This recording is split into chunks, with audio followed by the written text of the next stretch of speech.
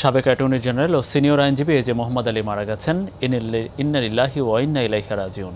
সকালে সিঙ্গাপুরের Mount Elizabeth হাসপাতালে চিকিৎসাধীন অবস্থায় মারা যান তিনি। তার মৃত্যুতে শোক জানিয়েছেন প্রধান বিচারপতি ওবায়দুল হাসান। মৃত্যুকালে তিনি এক ছেলে, এক মেয়ে ও স্ত্রীসহ অসংখ্য গুণগ্রাহী রেখে গেছেন। এজে মোহাম্মদ আলী 1980 সালে হাইকোর্টে এবং 1985 সালে আপিল বিভাগের তালিকাভুক্ত হন।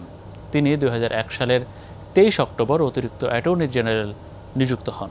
2005 সালের 30 এপ্রিল দেশের 12তম অ্যাটর্নি জেনারেল হিসেবে নিযুক্ত হন তিনি।